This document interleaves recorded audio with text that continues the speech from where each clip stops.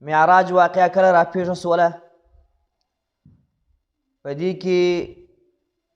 کتابونه مختلف دي او روایتونه مختلف دي. بعضې روایتونه وایي چې 1 کال د هجرت نه مخکې راپېښه سوله. بعضې کتابونه وایي چې 2 میاشتې د هجرت نه مخکې راپېښه سوله. بعضې روایتونه وایي چې 2 کاله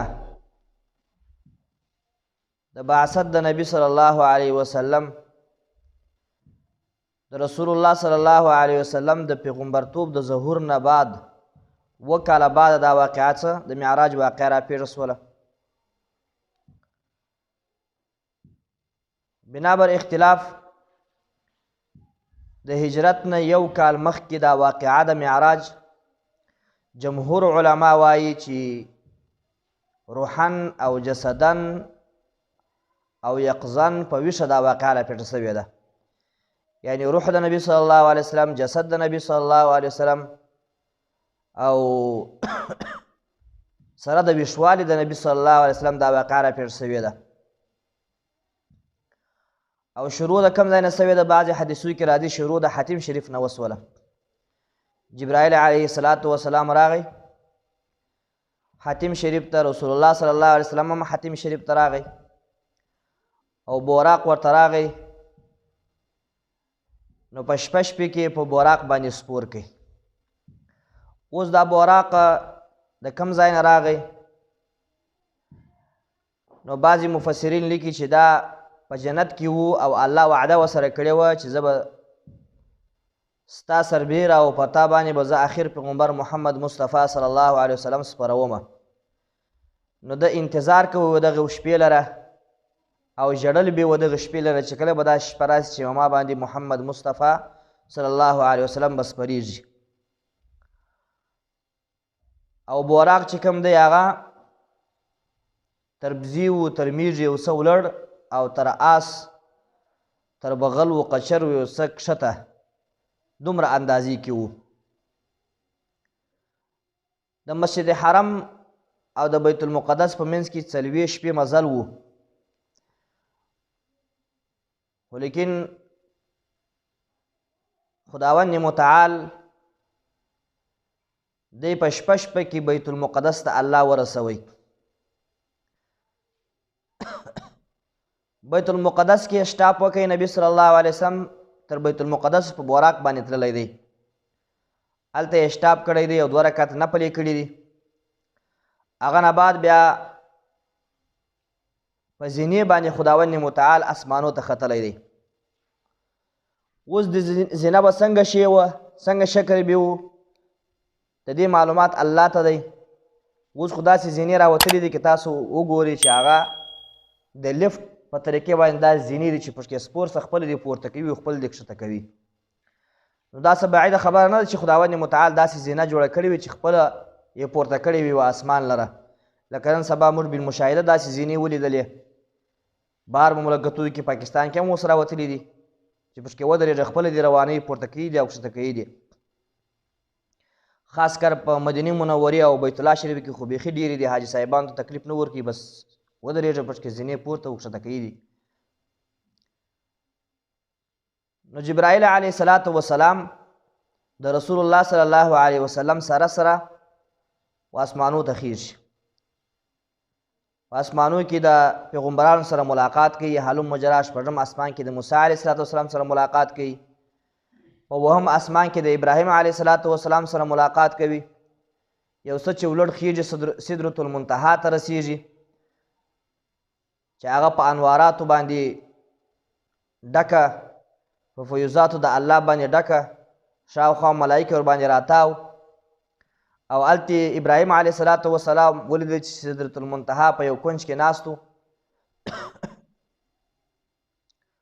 او د هغه رقم نبی صلی الله علیه وسلم مخ ته بیت المعمور ولیدی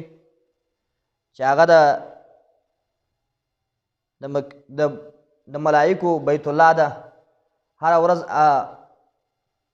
ملایکې طواف ورڅخه کوي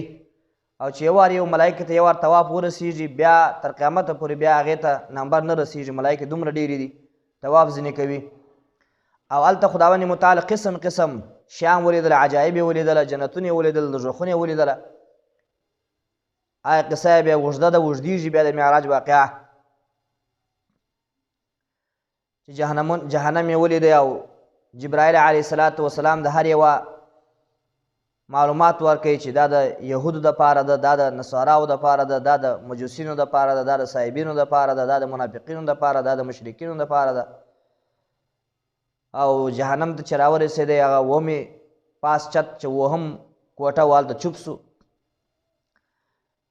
بیا نبي صلی الله علیه وسلم پوښتنه ځینې وکړله چې ولې چوپ سوې وروره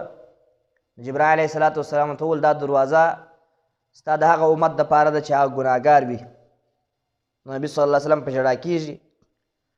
او چې کله بیا راځي بیا الله ته زارۍ کوي عاجزي کوي ژړا کوي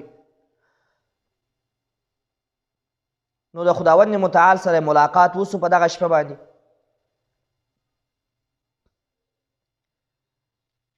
نو چې سره یې وویل هغه یې وویله خو یو واقعه به زه درته بیان کړم هغه دا چې خداوند متعال و رسول الله صلی الله علیه وسلم ته وویله چې محمد مصطفی صلی الله علیه وسلم عاشق چې معشوق ته راځي معشوق چې عاشق ته ورځي نو منځ کې څه تحفې سره وړي تا ما ته څه تحفه راوړې ده یا یو زوی چې کله کور ته راځي خپل مور و پلار ته تحفه راوړي نو ما و تا خو عاشق و معشوق یو سره او ته مې پیغمبر یې ته مې بنده یې زه د خالق او مالک یم نو د عاشق او معشوق په منځ کې چې کله ملاقات کېږي تحفې وروړي سره تا ما ته څه تحفه راوړې ده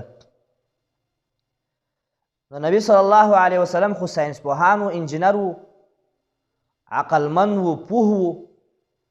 هغه ته خو معلومات و چې خداوند متعال د خوراک نه منزه دی خوراک خو نه کوي چې فروټ ور ومه یا سیبان مالټي و دا شیان ور وړم نو خداوند متعال ته دا تحفه ورپېښه کړل چې التحیات لله والصلوات والطیبات التحیات لله لسانی عبادت لله خاص الله لره دی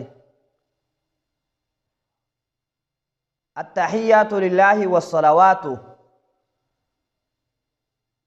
بدنی عبادت و الله لره دی والطیبات مالی عبادت و الله لره دی یعنی که څوک په ژبه سره عبادت کوي هم خاص الله ته کوي که څوک په بدن سره عبادت کوي لکه مونځ واري هم الله ته کوي او که څوک مالی عبادت کوي زکات و خیر و خیرات ورکوي دا هم ټول و الله لره دي دومره ښکلې تحفه یې ورپېښ کړل و الله لره التحیات لله والصلوات والطیبات بیا خداوند متعال ورته وویل چې السلام علیک ایها النبی ورحمة الله وبرکاته سلام دی پر تا باندې ای نبی علیه السلام او رحمت د الله تعالی دی او برکت د الله تعالی دی په تا باندې ګورې په وخت د معراج کې چې د الله سره ملاقات کوي هم خپل بندګان خپل امتیان یې هیر نه دي رسول الله صلی الله علیه وسلم هلته هم خپل د امتیانو غم ورسره دی او بیا ورته فرمایي چې السلام علینا وعلى عباد الله الصالحین سلام دی په موږ باندې وعلى عباد الله الصالحین او بندګانو د الله باندې چې هغه صالحین دي نو دا التحیات چې کوم ده د هغه نه وخته ده التحیات چې کوم ده دا شروع سوله د معراج نه ډېرې خبرې راغلي دي یو خبره دا هم راغلی ده چې الله په هغه شپه باندې مونځ فرض کړلو او 50 منځونه ور باندې فرض کړله په نبي صلی الله علیه وسلم په امت باندې خو کله چې راکښته سو شپږم اسمان کې د موسی علیه السلام سره ملاقات وکړي موسی علیه السلام چې کله خبر ورکړي زما امت باندې الله 50 منځونه فرض کړله موسی علیه السلام ورته وویل چې ما ته معلومات کېږي ما بني اسرائیل لیدلی دي نو ستا امت به هم دا 50 منځونه په ورځ کې ونه کړي ورڅه کم یې که نبی صلی الله علیه وسلم ورځي یو وار 15 منځونه ورته کم کړل 15 څلوېښت یې کړله بیا راغی بیا موسی علیه السلام ورته وویل چې دا 15 څلوېښت هم نسي کولی ورس بیا ورغی بیا یې 15 ورته کم کړله 40 دغسې راځه تر 50 پورې پنځو ته چې راورسېدی بیا موسی علیه السلام ورته وویل چې ورڅه پنځه هم نسي کولی. نو رسول الله صلی الله علیه وسلم ورته وویل چې نور شرمېږم د خداوند متعال څخه چې ورسه، بس دا پنځه لمونځونه بس دي، کافي و شافي دي. اوس په دې کې څه حکمت و چې بار بار خداوند متعال ځان ته غوښتی. دا هم کوای سو چې ورته ویل وایي 50 لمونځونه دي، په دې 50 لمونځو کې بس 5 لمونځونه په تا باندې فرض، ستا په امت باندې فرض سوله. دا بار بار غوښتل حکمت په دې کې دا و چې د رسول الله صلی الله علیه وسلم مرتبې و شان ته یې اشاره وه. عاشق او معشوق په منځ کې چې بار بار ملاقات کېږي ډېر خوند کوي. دا یو ور ملاقات کول ختمېدل دا دومره خوند نه کوي لکه بار بار چې عاشق او معشوق سره یو ځای کېږي، بار بار ملاقات کېږي. نو خداوند متعال دا غوښتل چې محمد مصطفی صلی الله علیه وسلم ما سره بار بار ملاقات وکړي، ځکه بار بار یې غوښتي او 15 ولس ورباندې کمول. او بلې موسی علیه السلام ته دا ښودله، د نبي صلی الله علیه وسلم مرتبه یې ښودله چې تا ما ته په کوه طور کې وویله چې رب ارني انظر الیک، خداوند متعال ته ما د ځان راوښیه. خداوند متعال ورته وویل قال لن تراني ولكن انظر الى الجبل، ته ما نسې لیدلی لیکن دا غر ته وګوره، فإن استقر مکانه، که چیرې قرار ونیي خو په ځا باندې فسوف تراني، ژر دی ته به ما ووینې. فلما تجلى ربه للجبل جعله دكا وخر موسی صعقا، موسی علیه السلام بېهوشه سو. نو موسی علیه السلام ته الله دا ښووله چې ګوره زه ملاقات ورکوم خپل خوش پیغمبر محمد صلی الله علیه وسلم، هغه ما ویني بار بار راځي او ما سره ملاقات کوي. نو په شپه کې راکښته کېږي و بیت المقدس ته راځي او پیغمبران هم ورسره راځي لپاره د رخصتۍ. اوس بعضې کتابونه دا لیکلي دي چې پیغمبرانو ته یې مخکې د تګ نه امامت ورکړی دی بیت المقدس کې، او اکثره مفسرین دا لیکي چې نه، چې کله را واپس سو نو قانون دا دی چې یو میلمه رخصتوي نو خلک ورسره راځي. نو دی هم چې کله را رخصت سو نو پیغمبران ورسره راغلل تر بیت المقدس پورې را رخصتوی. په بیت المقدس کې جبرائیل علیه السلام اشاره وکړل نبي صلی الله علیه وسلم ته، نبي صلی الله علیه وسلم ورمخته سو. بعضې کتابونه لیکي کېدای چې د سهار لمونځ و، نبي صلی الله علیه وسلم امام الانبیا جوړ سو، ټولو پیغمبرانو ته یې څه ورکړل، سر یې په خلاص شو که نه لمونځ ورکوي او په اشاره د چا د جبرائیل علیه السلام. نو په دې کې بعضې کتابونه دا هم لیکي چې مقصود په دې معراج کې هغه دا و چې د خداوند متعال سره ملاقات کول وله. نو باید اول مقصود حل سي. نو دې وجې اول معراج وسو، د الله سره ملاقات وسو، هغه نه بعد بیا امام الانبیا جوړ سو، بیت المقدس کې و انبیاو ته څه ورکړله، لمونځ ورکوي. راغی و کور لره په شپه کې راورسېدی. اوس دا واقعه په سر د اسلام کې واقع سوله، کفارو مشرکینو ته نور هم دا خبره نور هم داسې خپل منځ کې خبرې شروع کړل چې دا درواغ وګوره، تر بیت المقدس پورې 40 شپې مزل دی، دی وایي زه بیت المقدس ته ولاړم، او بیا وګوره بیا په دا شپه کې دی وایي اول اسمان ته ولاړم، دوم اسمان، دریم، اووم اسمان، د الله سره ملاقات وسو او بېرته رالم. نو په دغه ټیم کې نبي صلی الله علیه وسلم د معراج نه وروسته یو خط لیږي د روم بادشاه ته و قیصر ته، دعوت د اسلام ورکوي. څه خبرې هم لیکلي دي په حدیث شریف کې، وږ حدیث دی. د روم بادشاه قیصر د معلومات دپاره چې دا اوس واقعي پیغمبر دی که نه، په دغه ټیم کې عرب راغلي وو د تجارت دپاره، په دې کې ابو سفیان هم موجود و. دا یې راوغوښتله د محمد مصطفی صلی الله علیه وسلم معلومات یې کوئ.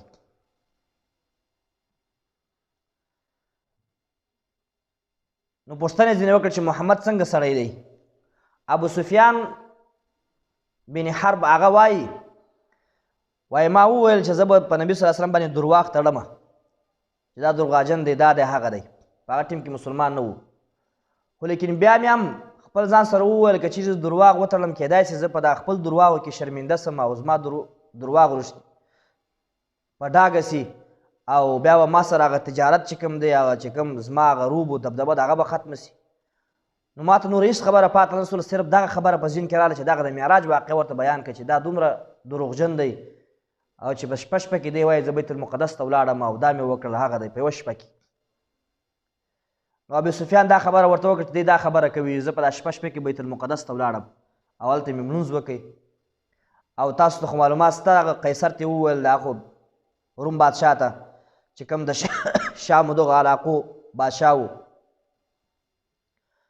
چې د بیت الله شریف او د شام په منځ کې 40 ورځې 40 شپې مسافه ده دی وایي په شپه کې زه رالم په دغه ټیم کې د بیت المقدس یو مشهور عالم د روم بادشاه انډي کې ولاړ و ایلیا نومېدی دی ایلیا وویله چې د ابو سفیان دا خبره وکړل ایلیا وویله چې دغه شپې معلومات ماته شته هغه روم بادشاه ورته وویل تا د څه معلومات سره دې شپې قیصر ورته وویل وایي ما ته داسې معلومات دي چې په دغه شپه کې زه چې بیت المقدس کې لمونځ وکړم زما دا قانون دی چې آخر زه وځم چې ټول خلک ووځي او آخر زه وځم د بیت المقدس چې کوم شاوخوا دروازې دي ټولې تړم او بیا ځم په دغه شپه کې ما ټولې دروازې وتړلې خو یوه دروازه چې کوم وه هغه چې ډېر ما کوشش وکړي نه تړل کېدله